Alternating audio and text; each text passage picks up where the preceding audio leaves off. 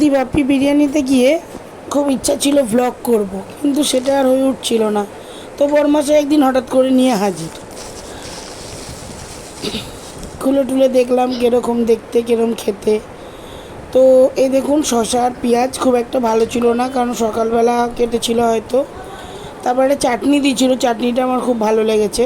এবার আপনাদের দেখাই বিরিয়ানির কোয়ান্টিটিটা মোটামুটি একজনের খাওয়ার মতন ছিল।